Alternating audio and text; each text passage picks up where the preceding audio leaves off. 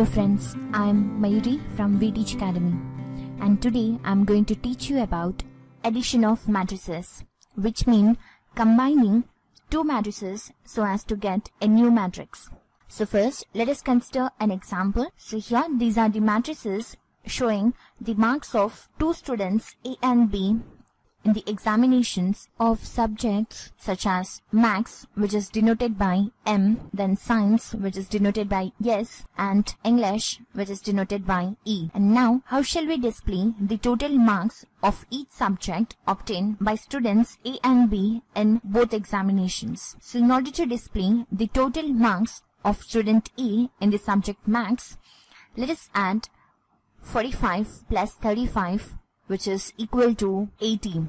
So 80 are the total marks in the subject Maths of the student A. And similarly, by adding the corresponding elements such as 60 plus 30, which is 90, and then by adding 42 plus 28, we get 70. And then for student B, by adding the marks of both the examinations, which is 30 plus 25, which is equal to 55, and then by adding the corresponding marks, which is 45 plus 35, which is 80, and here by adding we get 60, and these are the marks of the subjects Science and English of student B. And now this is the new matrix, which is called as sum matrix of two given matrices. Suppose if this matrix is denoted by P and the second matrix is denoted by Q, then their sum is written as P plus Q. So this way of combining two matrices is called addition of matrices.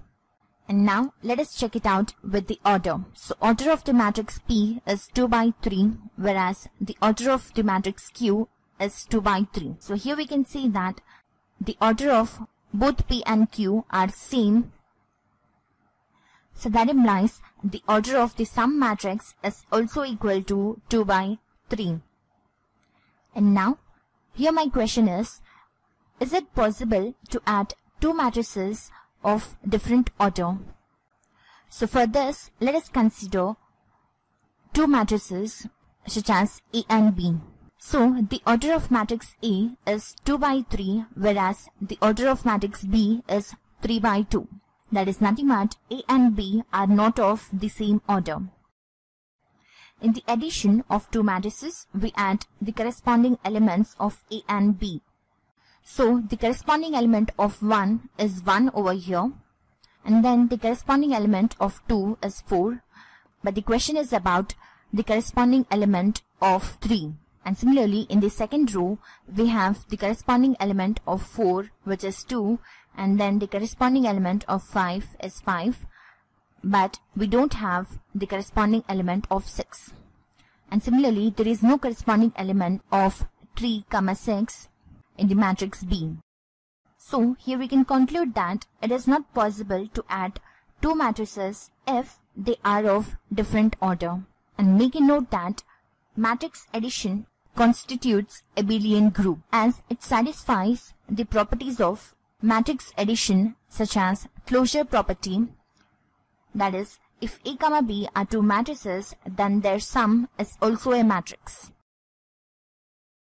And the next property, which is commutative property, that is, if two matrices A plus B are added, then their sum will be equal to the addition B plus A. It also satisfies associative property. And then coming to the identity, which is A plus O is equal to O plus A is also equal to A. So here O represents zero matrix, and therefore O is called the additive identity.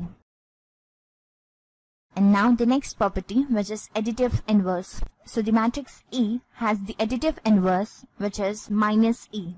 Similarly, matrix addition also satisfies distributive law, which is if a scalar k is multiplied to the addition of matrices A plus B, which will be equal to k into A plus k into B.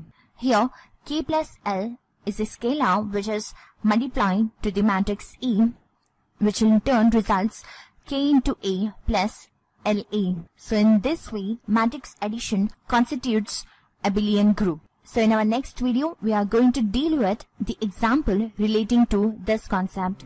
So stay tuned. Thanks for watching. Have a nice day.